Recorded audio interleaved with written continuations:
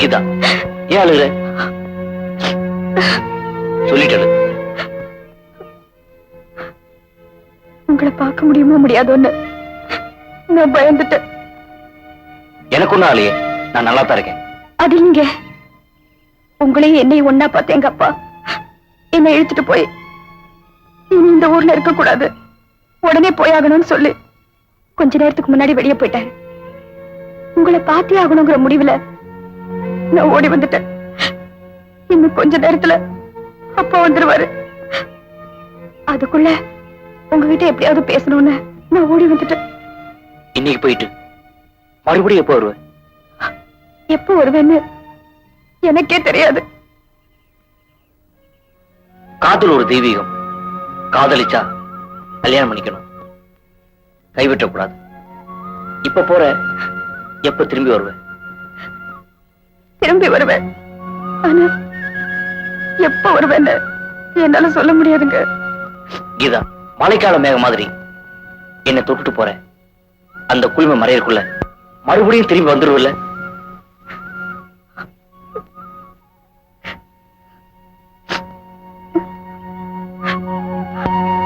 நீங்கதான் நான் தான் நீங்க. நான் வர வரைக்கும் எனக்காக காத்துருங்க, என்ன கைவிட்டுறாதீங்க. கீதா, நிச்சயமா கைவிட மாட்டேன்.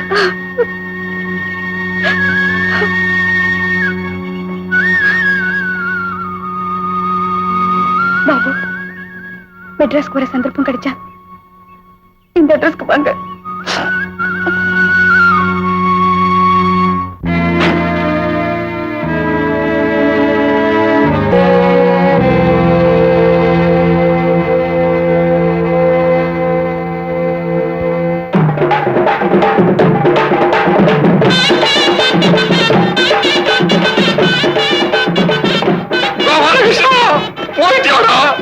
போகல.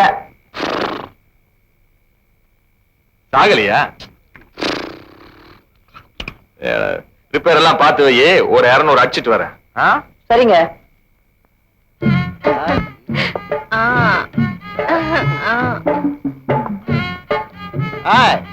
முட்டைய 4 அறுத்து மிளகுக்கு கழுவி காரமா கொடு. என்னயா வந்ததுல இருந்து நான் பாத்துன கீரை சைஸா பேசிக்கிற கீரையா? அத்தை நீ புரிஞ்சுக்கவே சரி. வாயா வா, நீ எப்ப ஒரு வேலை தான் காத்துன்னு இருக்க. நாம காட்டு விடுண்டா. ஆனா அதுக்கு இல்லையா, இந்த ஆளு ஒவ்வொரு தப்பா வரும்போது ஒவ்வொரு சைஸா பேசின கீரா.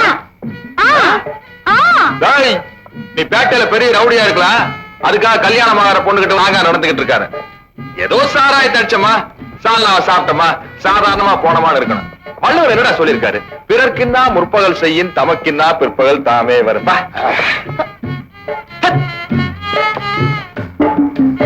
இந்தாயா இந்த முட்டையை சாப்பிடு.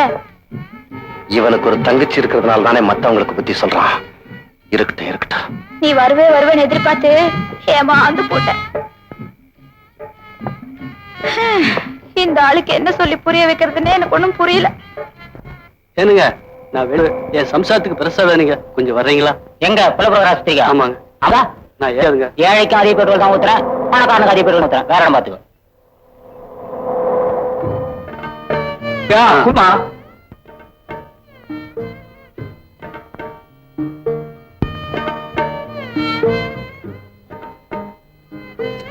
எவ்வளவு கேக்குறீங்க? இந்த மாதிரி சமயத்துல தான் இருப்பாங்க. குட்டா கூடு இல்ல மெட்ராஸ்லயும் நல்லா இருக்கு சாமி. பணக்கார 3 வேளை சாப்பிட்டாக்கா, ஏழை 1 வேளையாவது சாப்பிடலாம். மெட்ராஸ் வந்தா எப்படி பொழைச்சுக்கலாம் சாமி.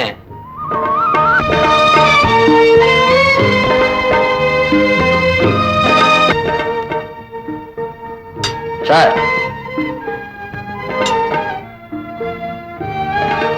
யார் வேணும்? ஆமா, அவங்கள நான் பார்க்கணும். இல்லைங்களே, அவங்க காலி பண்ணி.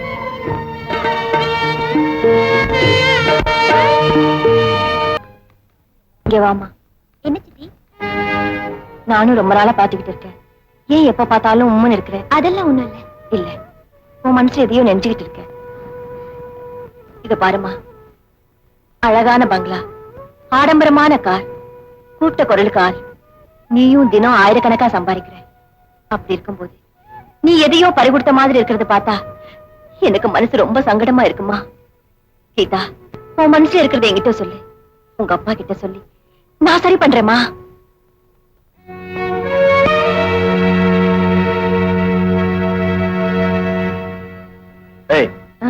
என்ன அங்கேயே பாத்துட்டு இருக்கேன்?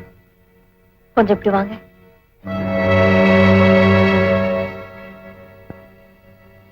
கீதாவை எதையோ பறிகொடுத்த மாதிரி இருக்கிறியேன்னு கேட்டா அவ மௌனமா பதில் சொல்லாம போயிட்டா.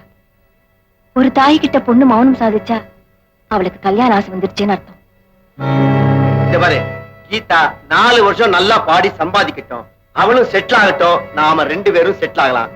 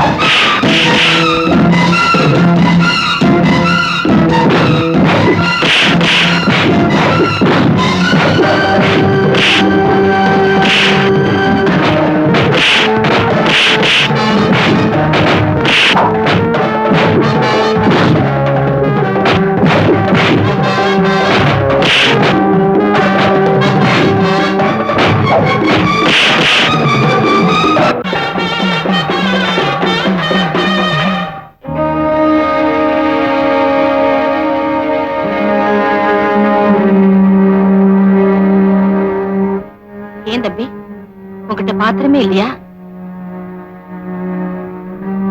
தம்பி மெட்ராஸுக்கு புதுசு போல இருக்கு. ஆமாக்கா.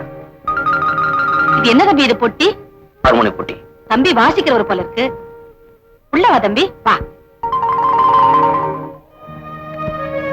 இங்க உட்காரு தம்பி.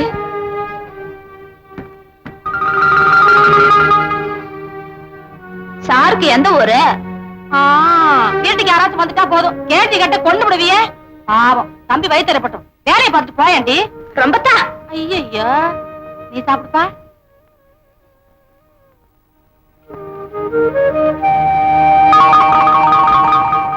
ஆடி மாசம் அதுவுமா என் கையால கூழ் வாங்கி குடிச்சிருக்க, கையில பொட்டியும் வச்சிருக்க. இன்னைக்கு கண்டிப்பா ராத்திரி நீ பாடித்தான் ஆகணும்.